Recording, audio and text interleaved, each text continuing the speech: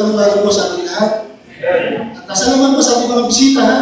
Galing po ng Bliss, sa Saan, yung iba naman, yung galing po sa Goodwill, yung iba po ay sa Pila. At nakakatuwa po na yung ating mga gawin talagang nagiging napakabunga. By the way, sabi ko lang sa inyo, yung mga nakakang linggo doon, si Sister Rose po ay nagkakam sa akin, sabi niya, Kuya Boyd, ano ba itong gawin namin sa gabi? Brother, Sister Rose, medyo matagal na, di ba? Nagmamembers natin ngayon. Nag-aaral sila ng lesson, nag-aaral sila, nagtuturo sila doon. Pero, pagdating po na Sunday, yung mga tinuturuan nila ay sa hindi itong church na sisimba. Pinapapunan nila yung mga tao ito. Sabi niya, Kuya Boyd, tutuloy mo ba namin? Sabi ko, Rose, tanong na lang kay Pastor. At ang sabi ni Pastor, Rose, konti lang, sige, konti pa. At nakakatuwa naman, di ba? Yung konti yun, nagkaroon ng bunga. Tandaan nyo ha, na we are sowing seed. Yung ating mga pinupulang seed, ay hindi agad tutubo. Nakakatuwa na for the longest time, yung mga seed po ay nagtutubuan ngayon. Diba? Konting tsaka lang po, tanim, and then one day, tayo po yung anin. Yung gaway sa sala, parang fruit po din, di ba? Yung ating gaway sa Bliss, at yung last Friday, yung ating gaway sa Pila ay nerapit. Ilang taon na tayo gaway natin sa Pila? More than 20 years na. O, 3 taon na. So, tigil na kayo natin, matagal na tayo gaway natin. Pero hindi. Kuya Arnie, kagaya mo yun, di ba? Meron tayong bisita galing sa Pila. Ibig sabihin, kahit matagal lang, may mga tumutubo pa rin mga punla. At kung nakaraang Friday nga, yung mga kawalan pa rin, isunod namin yung lugar nila Len. Len, parang nagpunta ng, parang kami nagpunta ng talagang loob-loob, isip yung walang bahay. Pero meron palang partido ni Helena, ni Len. Natulungan at sila po ay tumanggap sa ating Panginoon. So nakakatuwa po yung ating mga gaway. At salamat po sa mga magagawa ng Panginoon, sa mga nagtsatsaga, sa mga sabi niya ay gumagawa para sa uwasan po ng ating Panginoon. At ngayong umaga po tayo po ay dadalo sa ating pag-aaral. By the way, bago tayo tumuloy po tayo, kung lahat tayo manalangin nga. At ihigit po yung matupala at gawin po ng ating Panginoon sa kanyang pong salita. Brother Nestor, kapre yung ating gawa ngayong umaga, Brother Nestor.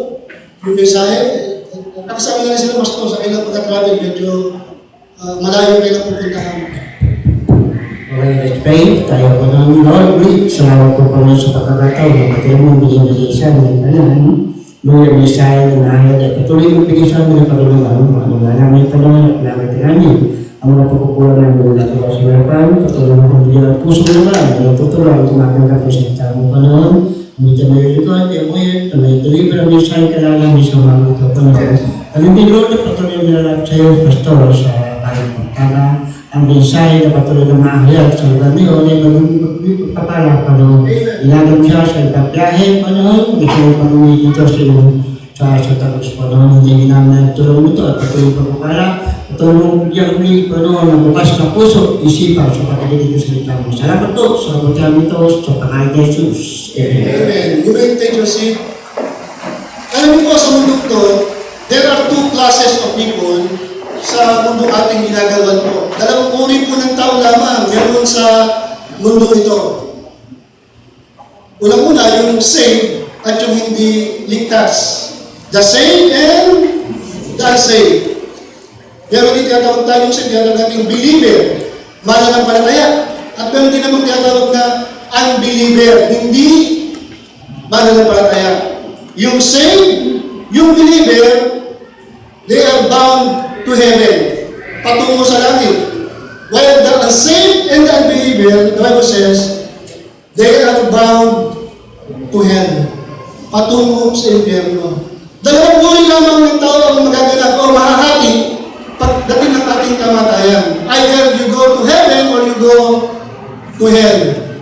But listen, in 2 Peter chapter 3, verse 9, gusto kong makita niyo po ito, especially sa ating mga bisita, the Lord is not slack concerning His promises, as some men count slackness, but is long suffering to usward not willing, tingnan mo ha, that any should perish, but all should come to repentance. By the way, tanong mo yung umaga ay, which are you? Nasa ka sa dalawang grupo ng taong binanggit ko kanina. Ikaw ba ay saved? Ikaw ba ay unsaved? Ikaw ba ay mananampalataya? O ikaw ay hindi pa mananampalataya?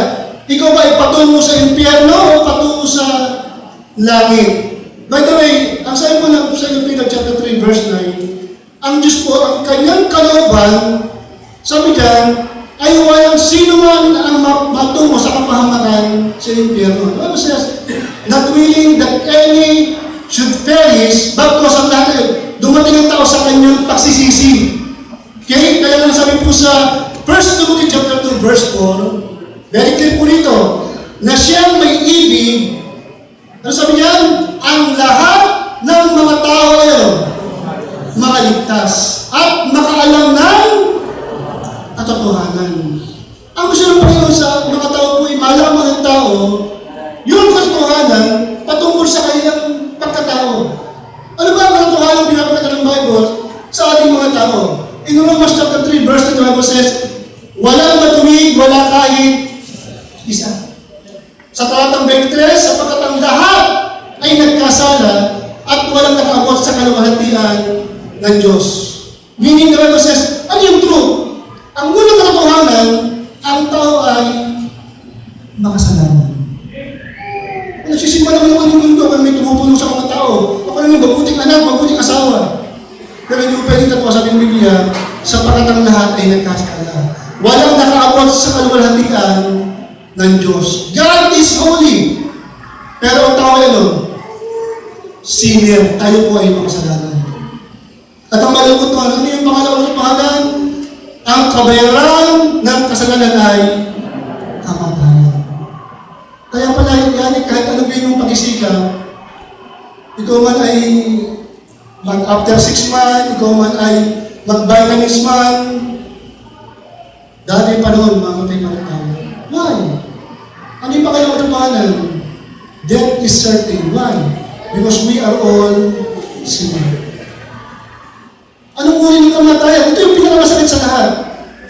In Revelation 20 verse 14, ang kamatayan at ang impyerno ay inihagis sa dagat-dagatang. Ito ang ikalawang kamatayan. Walang iba kundi pagtungo sa dagat-dagatang ito. Bakit secondary? Tandaan na tayong tao, meron tayong katawan. Pwede Arnie. Pero inside the body, there is soul, kaluluwa. Ano ba yung kaluluwa? Yung kaluluwa, madali nyo, ito yung mismo tayo. Bakit nakikita mo ako ngayon? Hindi dahil may mata ka. Dahil dyan pa yung kaluluwa mo. Kasi pag binabayan ka ng buhay, kahit inulit mo yung magbulit ka, hindi mo makikita, wala nang kaluluwa. Yung mismo ikaw. Ano sabi ng Biblia? Ang kamatayan, ang itinapon sa dagat-dagatang apoy, ito ang ikalawang kamatayan. And that is our soul. Sa impyerno, ang tao po ay makakaramdam ng kanyang 5 senses. Nakakarinig siya nasisigawan, nakikita niya yung mga taong nagkakagulo doon. Maramdaman ang katawan niya, mga uwag na hindi namamatay. Maramdaman ang katawan niya yung lagaglag ng apoy na nandoon. And the Bible says, ito yung walang hanggang kaparusahan. What is that? Ano yung tatlong katotohanan? Unang katotohanan, hindi ko yung kasalanan. Pangatlo, patungo ka sa impyerno. Impyerno walang hanggan, ha? Hindi lang sa isang araw, 2 araw, 3 araw. Hindi lang isang taon, bakit taon doon? Hindi lang 10,000 taon, kung ano. You will be there eternally. Yun ang unang katotohanan, sinner. Pangalawa, death is real, certain. Number 3, tutungo tayo sa impyerno. Pero pang-apat, salamat na lang, may nagdala sa'yo dito. Gusto mo marinig mo yung fourth truth. Ano yung ikapat na katotohanan? In Romans 5:8, dapat ipinagdama ng Diyos ang kanyang pag-ibig sa atin, nung tayo makasalanan pa, si Kristo ay namatay para sa atin. In verse 9, nung nabuhos yung kanyang kapatid doon, nahugasan yung ating kasalanan. At yung Kristo namatay, libing, nabuhay na muli. Ang sabi ng Biblia, ang sino man sa kanya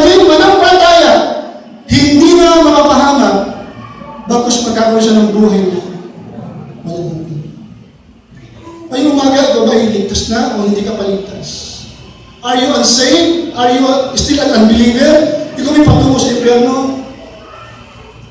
Ngayong umaga nakita mo yung katotohanan. Isa kang makasalanan, patungo sa impyerno, pero may Jesus na nagmahal sa atin. Namatay siya, nilibing siya. Good Diyos pa na ito, nabuhay na muli yung ating kinabaligtas. At sino man ang sa kanya yung manampalataya, hindi na mamapahamak sa impyerno, magkakaroon siya ng buhay na walang. Ngayong umaga, isa lang ang kailangan mo. Hindi ang baptis ang kailangan mo. Ang kailangan mo yung Panginoong Yesu Cristo. Hindi ang kanina, di ba? Siya lang ang tanging John chapter 14 verse 6, Jesus said unto them, I am the light, I am the way, the truth, and the life. Ang ganda ng bandang ulit, walang makaparoroon sa Ama, kundi sa pamagitan o lamang sabi ng Panginoon sa Kristo. Ngayong umaga, amin mo na yung makasalanan, be humble before God, and then tanggapin mo si Kristo bilang yung sarili para pagligtas. Ngayong umaga, kung ligtas ka naman, kasi dalawa, di ba sabi niya kanina, dalawang kategorya lang ang balikin ang tao sa mundo. Either patungo sa langit o patungo sa impyerno. Pero, doon pala sa middle ground, yung palang saved, believer, bound for heaven, eh meron din dalawang uri. Meron din palang dalawang klase ng mananampalataya Battle Army. Anong klase yun? Tingnan natin. There are two distinct classes of saved sa mundong ito. O sa loob ng Calvary, meron dalawang buhay na ligtas sa loob ng, specific tayo, sa loob ng Calvary. Una, yung tinatawag natin na spiritual. Ano ba yung spiritual Christian? Sino ba yung nakaranas na yung bunga ng spirito po ay kanila pong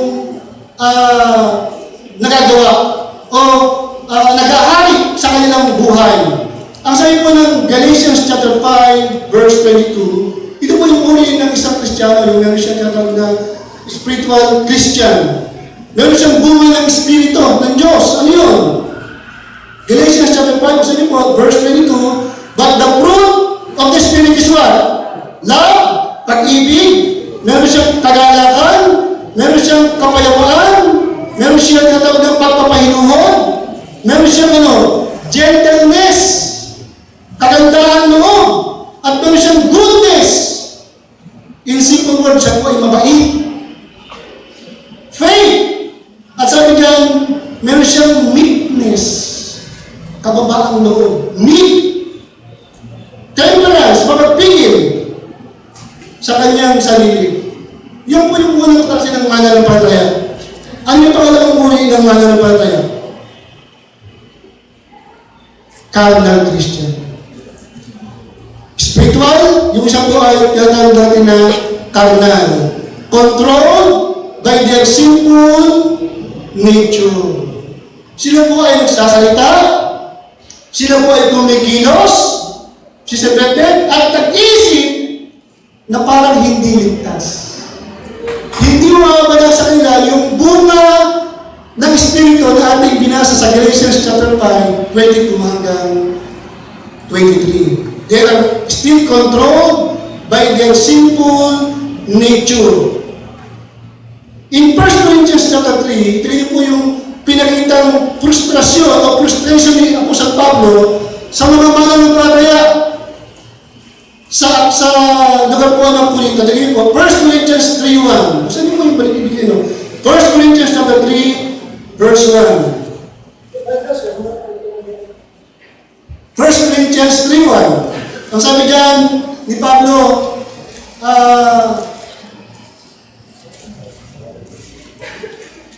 meron ba dyan? Okay. Sabi ni Pablo, sa inyo po, 1 Corinthians 3, sabi niya, sabi niya, ako si Pablo, sabi niya, brethren, sino kausap niya? Yung mga ligtas, di ba? And I, brethren, sabi ko dito, ay hindi makapagsalita sa inyo na kayo unawain as spiritual, but as unto carnal, even as unto babe in Christ. Tinawag niyang mga babe Christian, yung mga tao sa Corinto. At sabi po ng verse 3, verse 2, I have fed you with milk.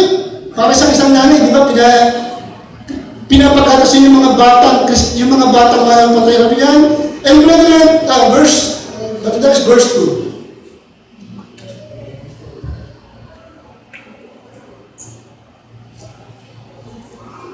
Ayan, I have fed you with milk, and with milk, for higher to, you are not able. Hindi nyo kaya tanggapin. Neither yet now are you able. Ibig sabihin, hindi na kayang kainin yung mga matitigas na bagay. Ang kaya lang yung mga ABC ng Christian living o Christian life. Prayer, Bible reading, mga simple lang. Pero hindi makaparang si Pablo ng mga mabigat na pangangaral sa kanila. Why? Pak sila mga baka na inaalagaan ni Pablo. Nakita niyo po dyan matagal na silang ligtas, pero sila po yung umaakto na parang mga baby Christian pa lamang. Ano yung naging ugali nila? Tingnan niyo yung verse 3. Ano yung ugali? Kung bakit Paul was very frustrated sa mga mananampalataya sa Corinto. Ano sabi ng verse 3? For ye are yet, binanggit yung ikalawang ulo ng Kristiyano, they were pencarnal. For whereas, meron sa inyo, among you, meron silang saved na, pero meron pa rin silang inggitan. Saved na, meron yun. Nag-aaway-aaway sila. Saved na, pero meron silang division. Instead that they were united, nagkakaroon sila ng division. Why? Kasi sa loob ng iglesia, meron itong mga inggitin. Meron itong mga palaway. At meron itong gumagawa ng parang para bati kita. Ikaw, hindi kita bati, ha? Ano ba ito? Huwag natin silang isali. Pero matagal na Kristiyano ito sa loob ng iglesia. May bati, meron hindi nila bati. Kami lang dito, hindi kayo pwede sumama sa amin. They divide the church, diba? Ito yung mga tinatawag natin ng baby Christian. Ang tawag di ba sa kanila? Ang tawag? Carnal Christian. Mainggitin, paraaway, may kinapulo, parapintas, nagkikita ng division, mayabang, maaaring arrogante, minsan matalas ang dila, minsan binutin, di ba? Masakit magsalita. Parang di salita ng Kristiyano na. Masyadong matalas ang dila ng tao ito. Ang tawag din sa kanya, babe in Christ o carnal Christian. Alam niyo, ito tayo, yung verse 3, ito tayo, nang tayo ay hindi paligtas. Ito tayo talaga, di ba? Pero ano ba namin, may mga naligtas na, yung dating siya, yun pa rin ang nakikita mo sa kanila. Kaya ang tawag ng Biblia, dalawang uri pala talaga ang Kristiyano. Isang espiritual at isang karnal na mana ng ligtas! Patungo sa langit! Pero, mainitin pa rin. Sabi ng Biblia, palaaway! Matalas ang dila!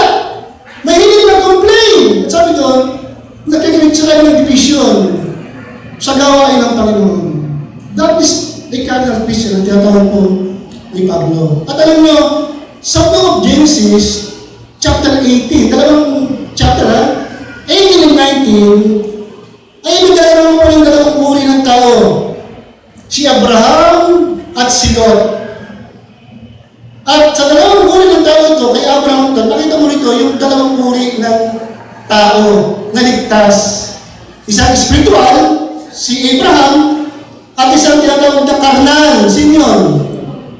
Walang iba kundi si Lot. Kaya nga, ang title po ng ating pag-aaral ngayong umaga, Abraham or Lot. Sino ka sa dalawang ito?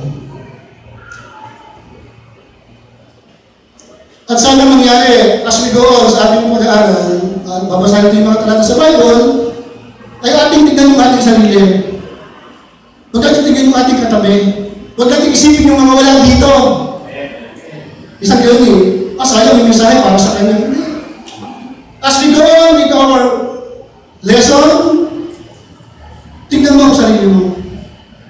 sa ating pag-uusap. Sino ba sa dalawang ito? Ako ba si Abraham na isang spiritual? O baka sa mga talata, sa Bible natin makikita, baka ako sino? Sino ba sa dalawang ito? Tingnan mo maigi ang sarili mo. Alam mo, ang isang tunay na mahal ko, gusto niya mag-grow, kailangan lagi siya nakatingin lamang sa kanyang sarili. Hindi siya tumitingin sa mga katabi niya. Ba't siya hindi ano? Tingnan mo ang sarili mo. The Bible says, everyone must give account of himself. Pagdating pa ng pag-aani, ang pagkasulit, hindi mo pagkasulit yung katabi mo. Ang ipagsusulit mo, ang iyong sarili. So may umaga, huwag mangyari na hindi para sa akin yan, para sa katabi ko, para sa malapit yan. Ngayong umaga tingin mo, baka ako ang tutukoy ng aming pag-aaral. Hindi ito guys, hindi ito babasahin sa mga talata sa Bible. Which of you, are you Abraham or are you Lot? Are you spiritual this morning or are you what? Are you still carnal na mananampalataya?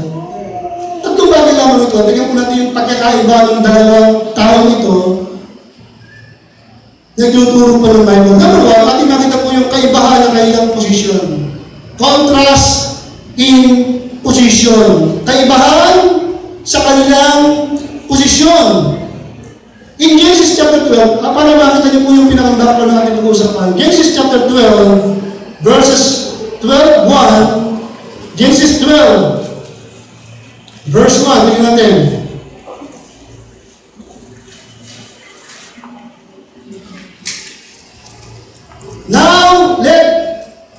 Now the Lord had said unto Abraham, get thee out of thy country, umalis ka sa bayan mo, sinilangan, iwanan mo ang iyong pamilya, and from thy father's house, at tumulong ka sa lugar na aking ipapakita sa iyo. By the way, si Abraham po ay nakatira sa Ur. Yung Ur, ito po ay sumasamba sa maraming Diyos.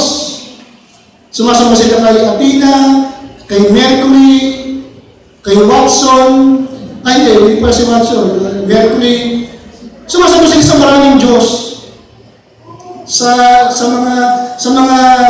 mga goddess na yan, yung mga mythology god na tinatawag po natin. Okay? Parang sa atin, di ba ngayon, may Diyos ng ilog, may Diyos ng mga aso. Parang gano'n sa Ur.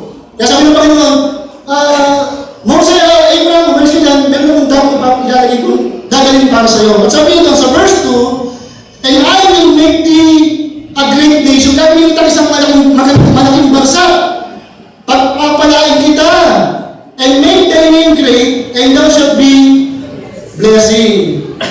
And I will bless them that bless thee, and curse him that curseth thee, and in thee shall all families of the earth be blessed. Okay? So, ang pagkakataon na yan, kanya kung sinabi si Abraham, umalis ka sa lugar na yan, meron namang damang pagdala dyan para sa iyo.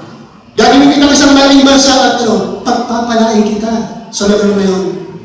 And in verse 4, ating makikita na meron po siyang isinama.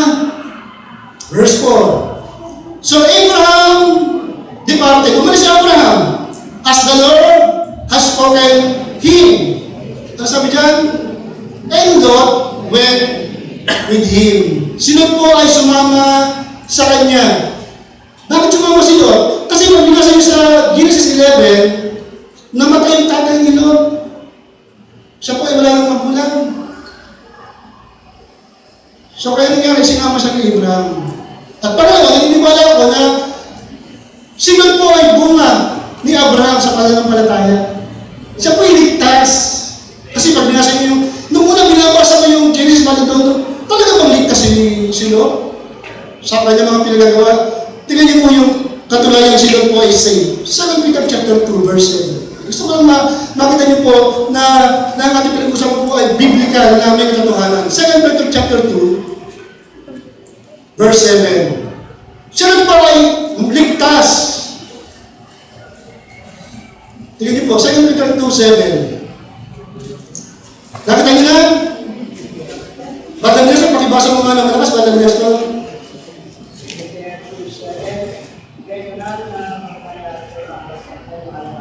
2 Peter 2:7. Ikalawang Pedro, chapter 2, verse 7.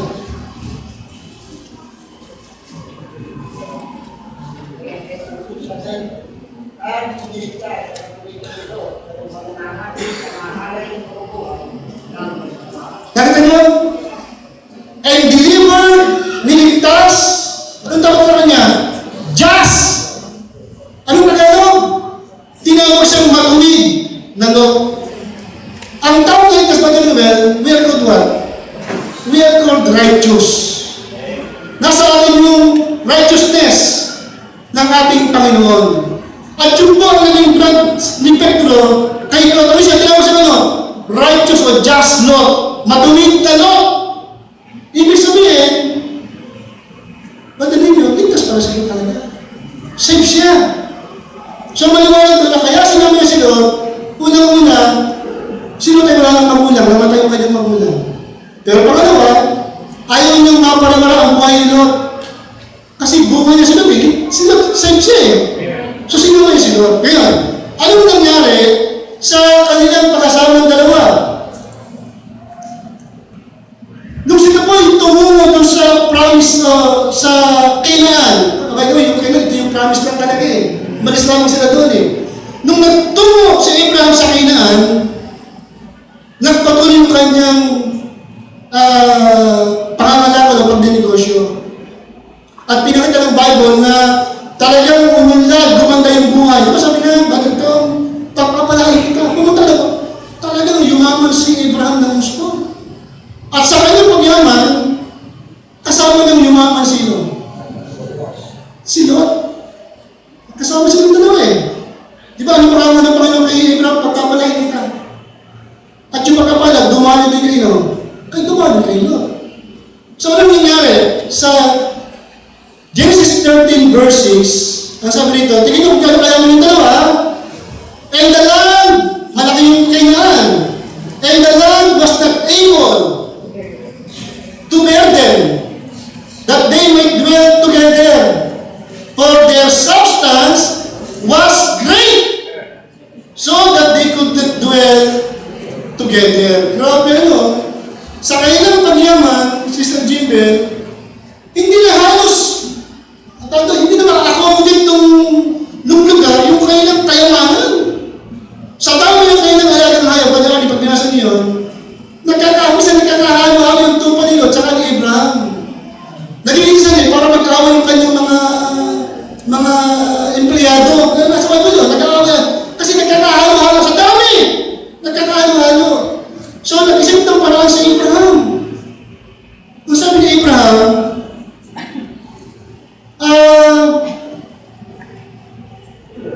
sabi nito, ang sabi niya sa Genesis 13,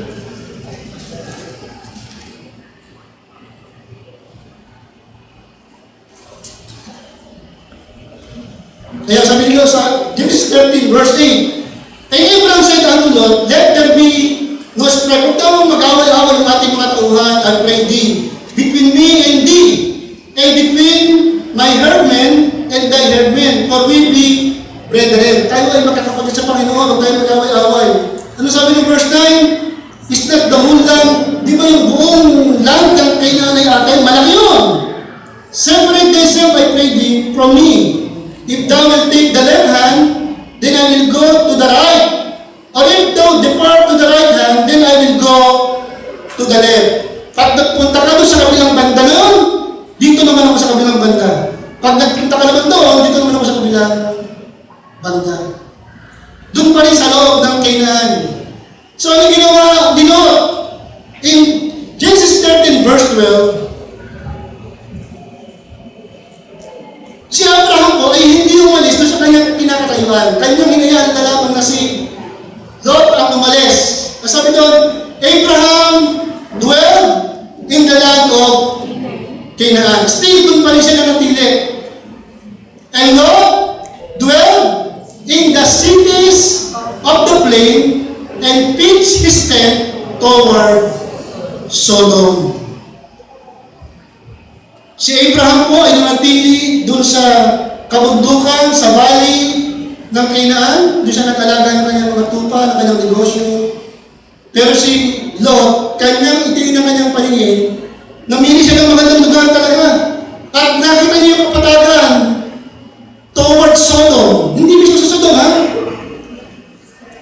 Ang sabi ni Biblia, sabi ni Lot, maganda itong lugar ito, patag. Malapit sa city. Tiyak lalo kung yayaman. Isipin mo, yung gano'n, di ba pagka ang negosyo mo ay nagpunta ka sa malaking syudad, doon nagbubulong ang negosyo, di ba? Yun yung naging kaisipan ni Lot. Nagtayo sa kanyang tent towards Sodom, doon sa city. By the way, in Genesis 13:13, the Bible says, yung Sodom, ito pa tinatawag na sin city. Lugar ng masamang tao. Lugar, Genesis 13:13, maganda sa pagkain niya. But the men of Sodom, anong uri ng tao? Masasama, makasalanan. Before the Lord, hindi lang basta masama, kundi ano? What does he say? Exceedingly. Talagang sobrang sama ang mga tao sa Lord ng Sodom. Pero nakita ni Lot yung opportunity ng kanyang negosyo gaganda. Doon sa nagtayo ng kanyang tent sa harapan ng Sodom. So si Abraham po ay nanatili sa Kainaan peacefully, malayo sa siyudad, malayo sa kamunduhan. Pero si Lot ay nagtayo ng kanyang tent toward Sodom. Yung Sodom po ay city of sin, godless, immoral place. At they are known bilang lugar ng mga LGBTQRXYZ. Kung hapa, dati LGBT lang, di ba? Ligdagan ng Q. Ngayon, meron pang may plus. Ay, hindi ko alam anong picture niya. Pero, yung Sodom po, ito po yung lugar ng mga bakla, tomboy, mga tao na taliwas ang buhay sa harapan ng Panginoon. Sin City o Sinful City. Pero malungkot nun, in Genesis chapter 19, verse 1, tingnan nyo, hindi lang tumira si Lot towards Sodom, kundi in Genesis 19 verse 1, matatagpuan po natin si Lot na nakaupo na doon sa gate ng Sodom. At si Lot, isa na sa mga elder sa loob ng, pag sabi sa Bible na nakaupo sa gate, ibig sabihin, meron siyang katungkulan. Hindi sabihin nun, pag ang tao sa Biblia nakaupo sa gate, meron siyang tinatawag na katungkulan sa loob ng lugar na yun. In Genesis 19 verse 1, sila po ay nakaupo na sa loob o sa gate ng Sodom. Meaning, siya po ay siya po yung lagay na niya loob doon sa loob ng Sodom. By the way, si Lot ba ay saved? Saved siya. Ano ba? Pero although siya ay saved, ano pinakita ng Biblia? Lagay pa rin ang kanyang loob sa loob ng Sodom. Nakatayo din yung kabaklaan, nakatayo din yung mga bastos na pag-uusap, bastos na mga piruan, nakatayo din yung mga madalas ng mga bagay, nakatayo yung mga lalaki, parang lalaki nag-aalikan, parang babae, grabe. Pero, nanatili pa sa loob ng Sodom si Lot. Ligtas, pero kanyang tinotolerate, kanyang para siyang walang naramdaman sa loob ng Sodom. Kaya ang tanong natin ngayong umaga, kung nasa loob ng Sodom si Lot, ano ba yung nagiging resulta sa kanya ng Sodom? Tingnan niyo po. In 1 Corinthians 15:33, tingnan niyo po yung simple principle ng Biblia. Ano ba yung principle ng Biblia? Huwag kayong padaya. Ang masamang kasama ay sumisira ng magandang ugali. Nung kasama ni Lot si Abraham, naniniwala ako sila tayo nag-devotion, siya ay tumatawag sa Diyos niya. Pero napalipat siya kay Abraham at napapunta sa loob ng Sodom. Ano nangyari? ang masasamang kasama ay sumisira ng magandang ugali. Yung ugali ni Lot na nagpupuri sa Panginoon, nagpipraise siya, meron siyang pagkatawag sa Diyos, sa pagkakataong yan, prinsipyo ng Biblia, di ba? Nawala yung kanyang magandang ugali bilang isang mananampalataya.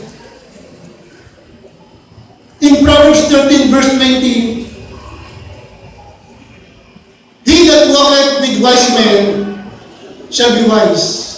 Nung lumalakad si Lot with Abraham, lumalakad siya isang matalinong tao, pantas na tao, pero ibig siya, a companion of fools shall be destroyed. Sino naging companion niya? Yung mga unsafe sa loob ng Sodom. Nakatingin po dyan, siguro alam nyo, di ba? In 2 Corinthians 5:17, ito yung ating laging hinukot na talata, pag tayo may mga memory verse, di ba? Therefore, if any man be in Christ, kung ang sino man ay nasa Kristo, siya'y bago ng nilalang, new creature. Yung dating bagay ay nagsilipas na. Ibig sabihin, yung luma mong mga barkada, wala na dapat. Yung luma mong mga gawi, na pagkakain mo, ikaw yan ni Garillo kasi kailangan daw yun naman. Pagyan, di ba? Yung tao pagkakain, hindi makatisa na si Garillo. Gawi niya, ano daw, happy si Garillo. Yung tao, pagkasweldo niya, habang ang sweldo, bago mo sa bahay, mag-iiman muna sila. Pag uwi sa bahay, ang dala-dala ay yung kanyang sumpa na lang. Yun yung dating gawin niya, di ba? Ano ba says? Ang isang taong naligtas, yung dating bagay ay nagsilipas sa dapat. Yung mga dating ugali na kay palapintas, palamura, ikaw ay may masamang pag-isip sa kapwa mo, dapat wala na yun. Yung mga dating bagay dapat ay nagsilipas na.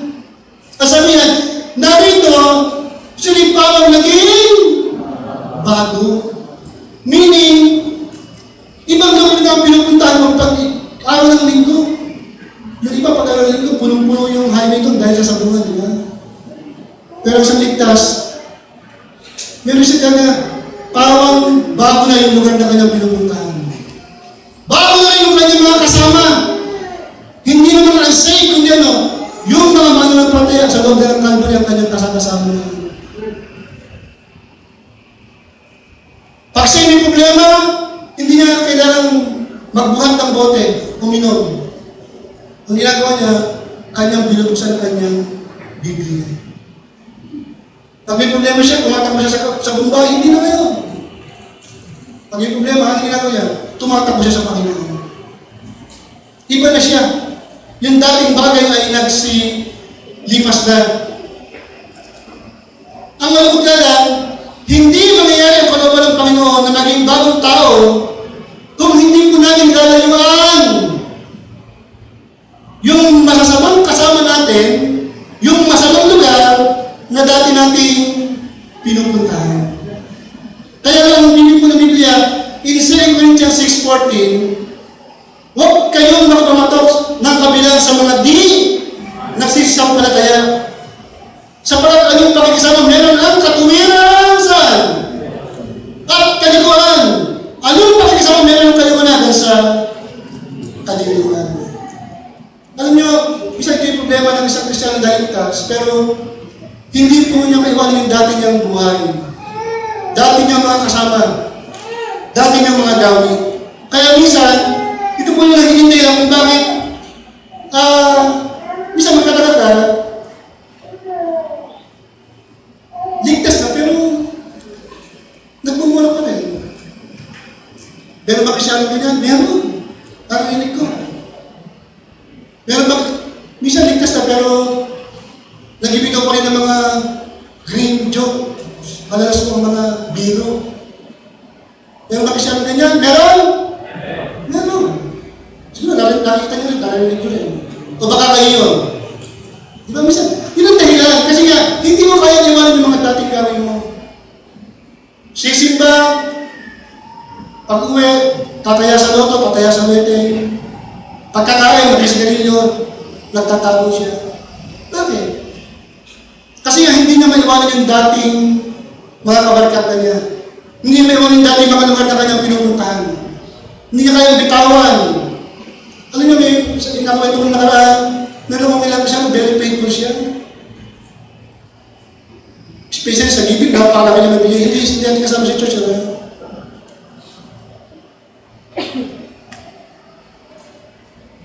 Pero everything na pagkakain, nawawala siya. Ano ginagawa niya? Sisigarin niya pa rin siya. Safe pero cardinal Christian. Bakit kami nga? Kasi nga, hindi ko alam, ba't nagkakaroon, hindi niya, yung kanyang simple nature, yun po yung hinahin niyang makontrol sa kanyang buhay. Ayaw yung hayaan kontrolin siya ng tinatawag natin na kalikasan galing sa Diyos. Yung tinatawag natin new nature. The new man sa loob ng ating katawan. Kaya anong piling po ng Panginoon sa atin? Simple lang po yung unang point natin. In 2 Corinthians 6:17, wherefore, anong sabi ng Panginoon dyan? Kaya nga, magsiris kayo sa kanila. Anong sabi ng bandang dikta? Magsihiwalay kayo. Sabi ng Panginoon. Kung meron kang mga old friend na humihili sa'yo sa kasalanan, layo mo kasi na. Kasi minsan, dahil ng iba, kaya lang ako sumasama sa kanila para sila maligtas. Hindi mo kailangan sumama para sila maligtas. Meron pa akong naalala noon na sabihin ko sa iglesia, ba't sabihin ba ka dyan? Kasi sa isang linggo, usapan namin sisimula sa Calvary. Anong klase? Wala mo nakita magandang logic doon. Pinakinggan mo yung doktrina ng David. Nakipag-compromise ka para madala sa dito. Hindi pwede mangyari yun eh. Kaya ano nangyari? Ito yung siya ngayon. Tandaan niyo, mas malakas ang kapit ng sanlibutan kaysa sa atin. Mas greater yung ating kapit kaysa sa atin. Yung ating Diyos, greater siya kaysa kay Satan, pero si Satan, mas greater kayo. Mas greater siya sa atin. Kaya hindi mo siya pwede pagkaruan na, bakit kayo nag-uusap ng nagiinuman? Hindi ako umiinom, hawak ko gatas. Bisa may gano'n eh. Hindi, hawak ko naman yan eh, pineapple juice lang eh. Pero nandun ko sa upuan ng nagiinuman. Tandaan mo isang araw, bibitawan mo na yung pineapple juice mo. Muli, irimin mo yung iniinom nila. Kaya sa Biblia, kaya nga magsiris niya sa kanila, magsihiwalay kayo. Kung meron pa kayong mga old friends, gawa ka ng kurang para sila masahig. Pero kung ikaw ay nahihila nila, ang sabi ng Panginoon, separate thyself. Iwanan ko naman sila. Ginawa mo na yung paraan mo eh. Huwag mong gawin yung, huwag mong ipagwalang para sa sabi ng Biblia. Let us learn to separate doon sa mga tao na humihigit sa atin, palayo sa ating Panginoon. Eh, yun ang nangyari dito, di ba?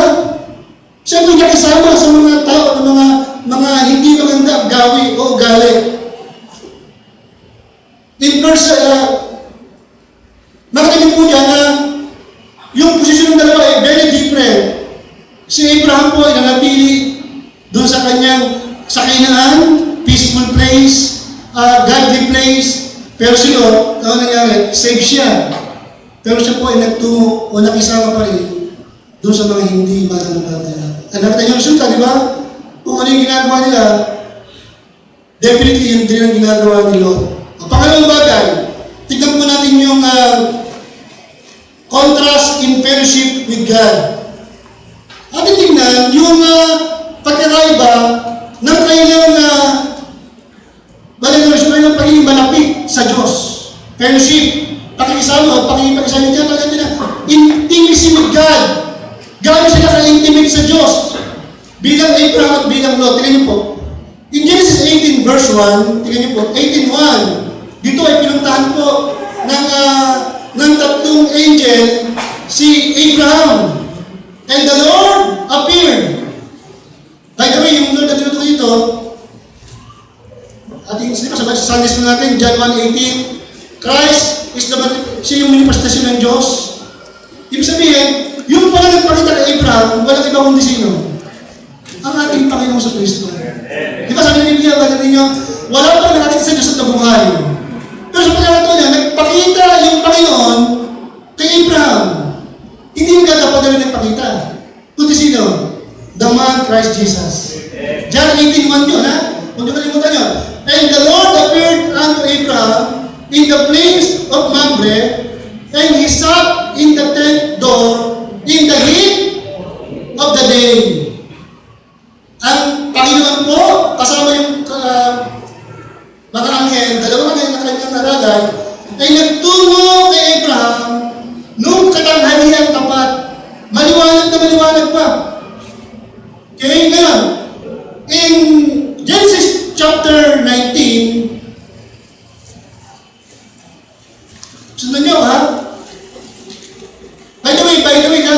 Nung dumating yung Panginoon dyan, in-invite po ni Abraham ang Panginoon na pumasok sa loob. At kagad, nagpaundak ang Panginoon na pumasok sa loob ni Abraham. At sabi doon, naghanda si Abraham ng gatas, ng butter, ng steak. Pinakain niya yung kanyang mga bisita. Sa pag-invite ni Abraham, hindi sila nag-hesitant na pumasok sa loob. Ngayon, tingnan niyo po yung kaibahan ng kay Lot. Genesis 19 verse 1. Anong oras nagpunta ang Panginoon Randel sa kay Abraham? Anong oras nagpunta ang Panginoon kay Abraham? Randel, anong oras?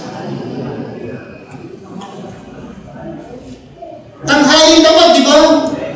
Kaliwanagan, di ba? In Genesis 19 verse 1, and there came two angels to Sodom. Anong oras? Gabi nagpunta yung mga anghel. And Lot sat in the gate of Sodom. Nung nagtungo ang Panginoon sa lugar ng Sodom, siya po'y nagtungo ng gabi doon sa lugar ng Bilog. Dati yung kaibahan, katanghalian tapat, nagpunta kay Abraham, pero sa Sodom, pinunta si Lot, gabi na, kadarani. At tingnan nyo yung malungkot na pangyayari sa talatang 2. And he said, sabi ni Lot sa dalawang anghel, behold thou my Lord, turn in, I pray you, into your servant's house. Kanyang in-invite yung dalawa na pumunta sa loob ng bahay niya. Pumasok ang invite niya na kung tumangin sa bahay namin. Sabi doon, kayo manatili hanggang gabi, aking hugasan ang paa nyo, and then pagkagising sa umaga, tsaka kayo magpatuloy ng inyong paglalakbay. Ano sabi ng bandang uli? Ano sagot ng mga anghel? Ayaw namin. We will tarry or we will abide in the street all night. Maating na naman kami sa lansangan. Imbis na kami pumunta sa loob ng tahanan mo. Nakita yung difference, Brother Arnie? Kay Abraham, tanghali nagpunta. Nung pag-invite ni Abraham, kaagad nagpasok ang Panginoon. Pero kay Lot, gabi nagpunta. Ayaw na may makakita sa kanya. At nung in-invite, rejected. Ayaw kong pumasok sa bahay niyo. Ngayon, gusto ko makita niyo po yung kaibahan ng fellowship ng dalawa. Yung intimacy ng kailang fellowship. They are both saved, both believers. Pero makita niyo po dyan na ang Panginoon, siya po'y mas intimate, mas relax, mas proud na kasama sino? Si Abraham. Okay? While Lot, same siya, pero ang Panginoon, siya po'y hesitate o hesitant siya na nag-aatubili siya na naundakan si Lot.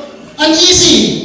Hindi ilagay ang kanyang loob kay Lot.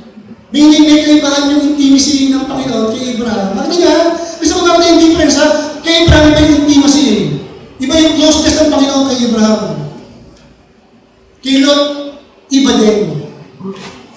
Ngayon, alam naman natin talaga na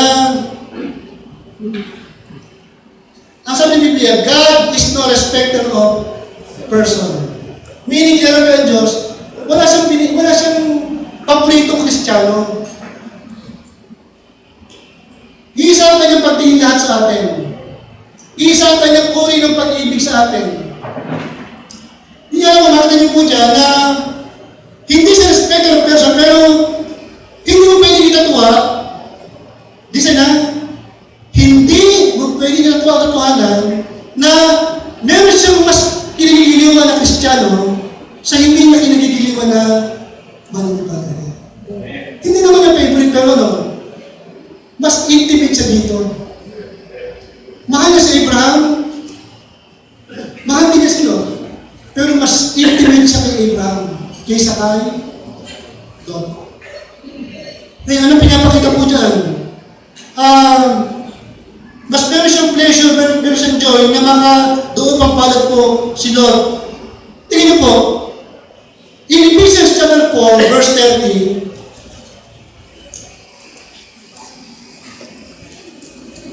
bakit mas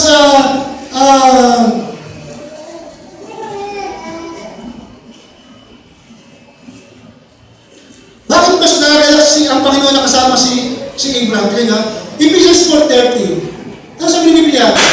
Huwag niyong pigatiin o grieve ang Espiritu ng Diyos na sa Kanya kayo tinatakan hanggang sa kaarawan.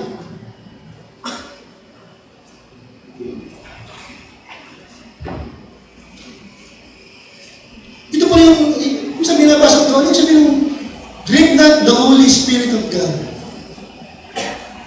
Ibig sabihin pala na ano ba lang aming lalabas sa aking pangalabi, kasama ko ang Holy Spirit. Saan mo ako pupunta? Kasama ko din ang banal na Espiritu. Ano sabihin ng grieve na? Pighati, kalumbayan, kalungkutan. Di ba yung grief, pag meron kang namatay naman sa buhay, talagang sobrang yung pagkalumbay? Yun ang ibig sabihin ng grief, o grief doon. Ibig sabihin, yung isang tao na hindi lumalakad sa magandang bagay o kalooban ng Panginoon. Yung isang Kristiyano na nagmumura, naglalabas pa rin ng mga green jokes, matalas pa rin ng kanyang dila, hindi umalis ang Holy Spirit sa atin kahit ilang tayo. Yung nga naman ang masagdang Brother Romel, siya po yung lubos na napipaghati sa ating ginagawa. Kabaliktaran naman kay Abraham, sa ano, meron siyang joy, meron siyang tinatawag na gladness sa pagtahan niya kay Abraham. Anong pinapakita po ng contrast in their fellowship? Tanong mo sa sarili mo ngayong umaga, anong muling relasyon meron ko sa ating Panginoon? Tanong mo sa iyo, siya ba ay masayang tumatahan sa iyo?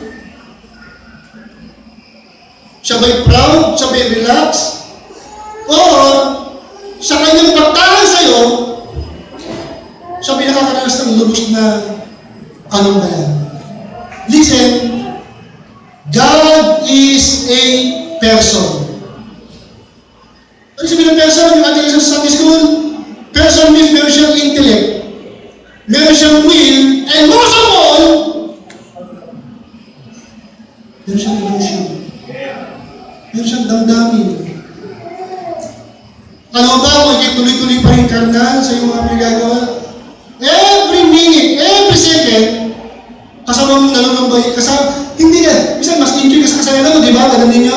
Pero ang Panginoon siya, no? Lubos na napipighati na tumatahan sa iyo.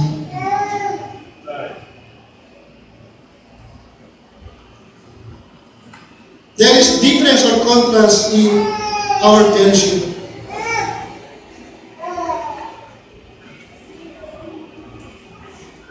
Kaya nga sa 1 Thessalonians 5:19, sabi po dyan,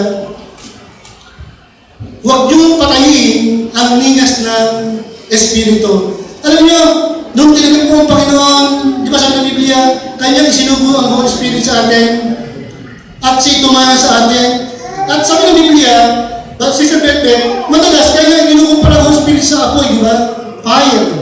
Ibig sabihin, siya po'y nung inaligtas, siya po'y nag-aalap sa'yo. Kaya may mga nasig talaga na lahat ng kanyang mga pamilya, oh, Pastor, Brad, samahan mo, buntahan. Kasi nag-aalap mo, samahan mo, turunan sila ng salvation.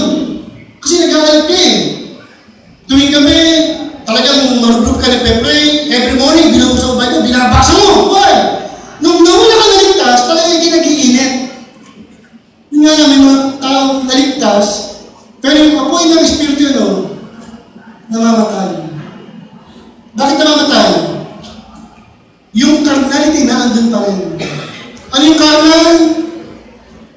Kumikilos, nagsasalita, nag-iisip na parang hindi ligtas. Kaya alam nyo, yung word, gamit natin yung word, nakakaawa. Ang Holy Spirit tumatang sa atin, kung ikinanatiling isang karnal na mananampalataya. Sige mo, dito siya ng Panginoon, iniyahan ka doon sa pumuntahan ng impyerno, pero until now, pinaparusahan mo pa rin ang Panginoon, tumatang. Kasi tumatang siya, di ba? Eh, hindi nagagawa ka ng kalokohan, kasama nung tumataan ng Holy Spirit. At sa Biblia, siya'y lubos na nabibigati sa ating ginagawa. Kaya makikita niyo po dyan yung kaibahan ng kailang fellowship na he is much more enjoy dun sa pakikisama niya kay Abraham kaysa kay Lot. And then lastly, makikita niyo po yung contrast of eternal reward. Contrast of eternal reward. Una, nakita natin yung kaibahan ng kailang posisyon. Okay? Si Abraham po nanatili doon sa peaceful place, while si Lot nagpunta naman doon sa lugar ng mahasamang tao, kung saan nahawa na siya sa pinagagawa ng mga tao yun. Pangalawa, yung contrast sa fellowship. Enjoy yung Panginoon, tumataan kay Abraham, pero siya nabibigati, tumataan kay Lot. Enjoy na tumataan sa spiritual, pero he is grieved sa loob ng isang puso ng isang karnal na mananampalataya. Ano yung pamuli? Kaibahan sa kailang walang hanggang reward o eternal reward. Nakatinig po dyan na si Abraham po ay talagang pinagpala ng Diyos abundantly, di ba? Ngayon, ano naman ang naging resulta po ni Lot bilang isang karnal na mananampalataya? By the way, tumatay po ang nagtulak kay Lot para tumaan sa loob ng Sodoma yung material na bagay. Siya talaga by the way, mayaman na siya kasama si Abraham, di ba? I-maintain na lang niya, pero gusto niya, isang ganun, may mga ganun mayaman, pero wala silang satisfaction. Gusto kulang pa rin. So, yung personal gain o material gain na nagtulak kay Lot para doon tumaan sa loob ng Sodom. Eh, naniniwala ko, Sister Iba, na talagang lumaman ang si Lot sa loob ng Sodom. Pero tingin po yung naging end of his life. In Genesis chapter 19, verse 29, 19:29, Genesis 19, verse 29,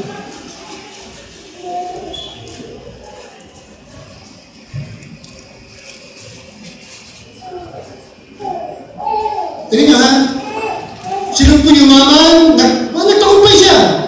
Yung kanyang naisip talaga. Pero hindi po, makikita niya na, hindi po kaya ng Diyos yung mga ganyang bagay na habang buhay. Gagawa siya ng paraan para katukihan, gisingin yung karnal na mananampalataya. At tingin nyo ha, it came to pass, when God destroyed the cities, winasak ng Panginoon yung lugar kung saan nandun si Lot of the plain, that God remembered Abraham and sent Lot out of the midst of the overthrown. When he overthrown, sa Tagalog, bakit na sa Tagalog, ginunaw the cities in which Lot dwelt, meaning lahat ng namundar ni Lot. Padaking, hindi naman bakit sa mama yung Sodom at Gomorrah, talagang ginulo talaga ng Panginoon. Ibig sabihin, yung kanyang malaking bahay, yung kanyang palasyo, yung kanyang sasakyan, yung kanyang magagandang appliances, yung kanyang magagandang gadget, isang notebook, nawala lahat. Naubos. Nakapo. Ay, nagkatayin po dahil, tingnan mo yung malaking tabuhay ni Lot, ano? Sabi siya, di ba, okay lang na ako yung karnal, patuloy naman ako sa langit. Kaya tingnan po yung magiging kauwi ng isang karnal na mananampalataya. In Genesis 19, verse 30. Verse 30. Yung isang mayaman na loob, na talagang halos nakailasal sa kanya sa lapi, talagang very billionaire na si Lot. Pero sabi ng verse 30, and Lot went out of Zoar, ano ba? Dating nakatira sa mansyon. Saan nakatira ngayon? Dwell in the mountain. And his 2 daughters with him. Bagay yung kanyang asawa, namatay. Namatay mo siya ng asawa dahil sa kanyang katayuan bilang isang karnal na manampalataya. His 2 daughters with him, for he feared to dwell in Zoar. Hindi lang sa mga ganyan. Nakatira saan? Sa loob ng? Grabe yun. Sa kuweba, puro bato yung naandun. Walang TV, walang cellphone, walang wifi doon. Walang parking. Doon nakatira sila. Dating mayaman, akala niya ay wala nang katapusan yung kanyang pagyaman, wala nang katapusan yung kanyang kalokohan, pero sa pagkakataong yan, ano yung naging reward ng kanyang being a carnal Christian? Sister Heidi, nawala na. He lost everything. Kasama yung kanyang minamahal na asawa. Sister Heidi, masakit yun. Yun ang naging suklay ng kanyang pagiging isang karnal na mananampalataya. Sabi niya, okay lang. Kasi kahit matagal, patungo sa akin, totoo nun! Nga lang, meron kaiba sa eternal reward. Si Abraham was blessed abundantly. Nabuhay siyang payapa, nabuhay siyang masaya kasama ang Panginoon. Pero si Lot, na dating mayaman, dating tinitingala, nasa gate, bagatong sa buhay, kaya sa lugar na yun, leader siya. Tingin niyo, meron siyang fame, meron siyang glory, meron siyang riches. Pero sa isang iglang mata, God is sovereign, di ba? Kontrol niya ang lahat. Sa isang stop, kaya tanggalin ang lahat. Wala lahat yun, no? Iba yung pag-aaral. Ngayon, tinatawag natin na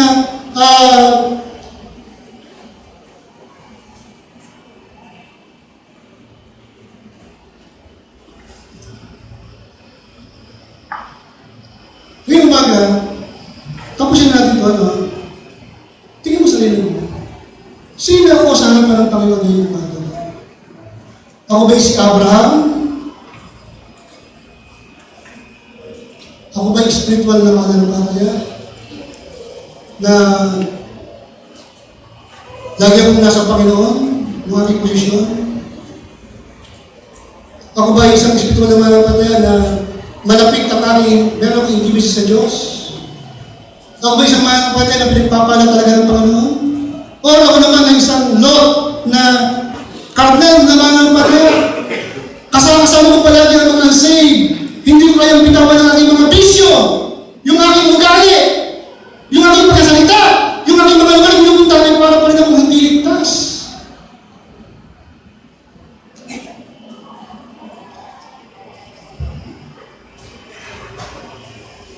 Ngayong umaga, sino ka sa dalawang ito? Which are you, Abraham or Lot? Spiritual or are you a carnal Christian? Pero ako siya ipakita nun, a Christian,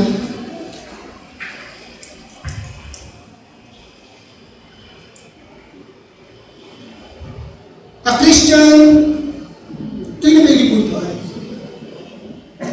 A Christian can be carnal for a time.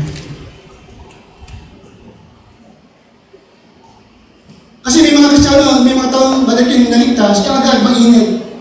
Tuloy-tuloy sa Panginoon. Pero meron namang naligtas na control pa rin siya ng kanyang old nature. Yun nga, naging carnal Christian siya. A Christian can be carnal for a time. But a true Christian, will not remain the way for their entire life. Ano ibig sabihin yun? Ang Christian Kristiyano, pwede naman talaga na maging karnal na mananampalataya.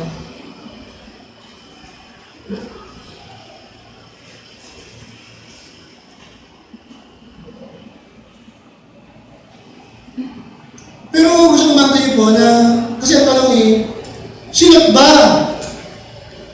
ay nanatiling karnal matapos siya lumabas sa Sodom at Gomorrah?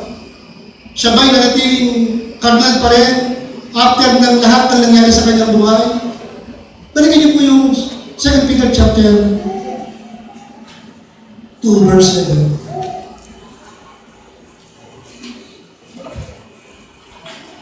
Did not remain carnal for the rest of his life. 2 Peter chapter 2 verse 7. Pwede ko rin mo may talatang yan. At iligtas ang matuwid na sinod. Ulitin natin ha. Sinod po ay larawan ng isang taong ligtas. Kagaya mo at kagaya mo. Tinawag siyang matuwid na Lot. Nga lamang, nakita niyo po na hindi naging maganda ang buhay ni Lot nung siya'y napahiwalay kay Abraham. Sa isang tunay na, sabi niya daw na true Christian, same talaga si Lot. Pero sabi niya, nalubhan, nahahapis.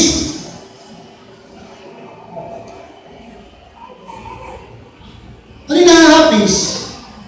Ibig sabihin, si Lot po, during his time sa loob ng Sodom, siguro pagka nakatalong sa kanyang mga kabarkada, pero siya naman ang pagkahappy sa kanyang puso. Kalungkutan. Para sa tinontorture. Bakit ba Noel? Ligtas kasi siya eh. Pero siya Holy Spirit. Kaya dumami ng pagkatuloy, yes, enjoy siya kasama yung mga masamang barkada yan. Bari siya nag-iinom, nagsisigarilyo pa rin. Bali siya ay bastos magsalita, palamura. Pero tuwing siya po ay nag-iisa. Meron siyang nararamdamang pagkahapis, kalungkutan, at kalungbayan bilang isang tunay na Kristiyano. Saan siya meron kalungkutan? Sa mga halay ng bumuhay ng mga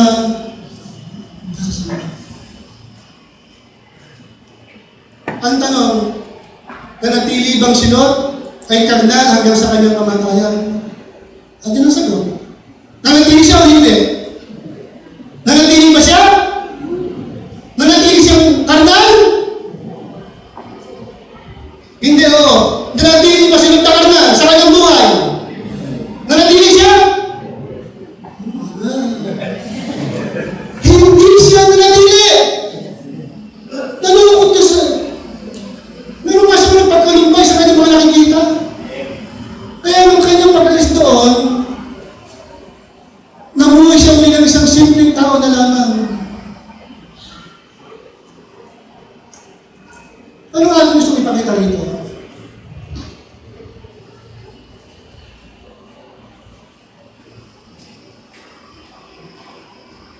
Bakit yung sunod kasi nung siya nga sa Sodom? Maling na-enjoy talaga siya. Pero dahil siya ito'y naligtas, diyan karoon sa time na para siyang nakakadama ng pagkapagod. Siya ay exhausted para sa niyong torture sa loob ng Sodom. Kasi naligtas niya siya eh. Siya po'y ligtas na isang mananampalataya.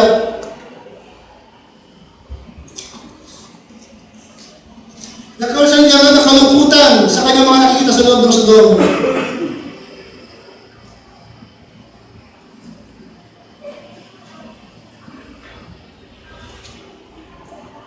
Tapos na ako. Muli, yung tanong ulit na sa atin, ikaw ba ay si Abraham o ikaw ay si Lot? Are you unspeakable Christian o ikaw ay isang karnal na mananampalataya? Ngayong umaga, pasyon ko na, nakita ko parang ako yung karnal na mananampalataya. Ako ata yun. Pero siguro,